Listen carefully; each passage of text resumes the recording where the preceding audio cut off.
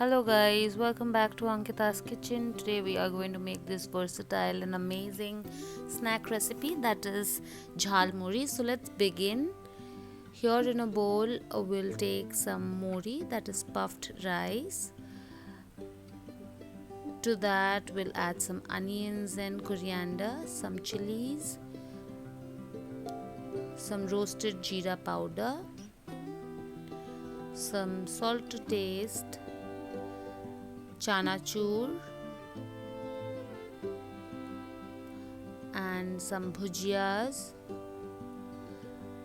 some boiled potatoes.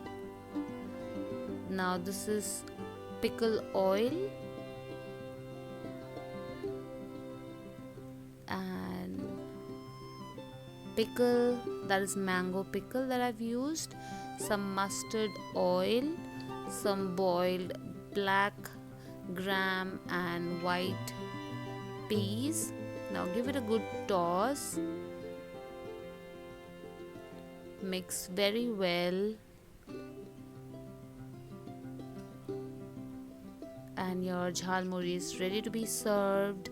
It's a mouth-watering snack.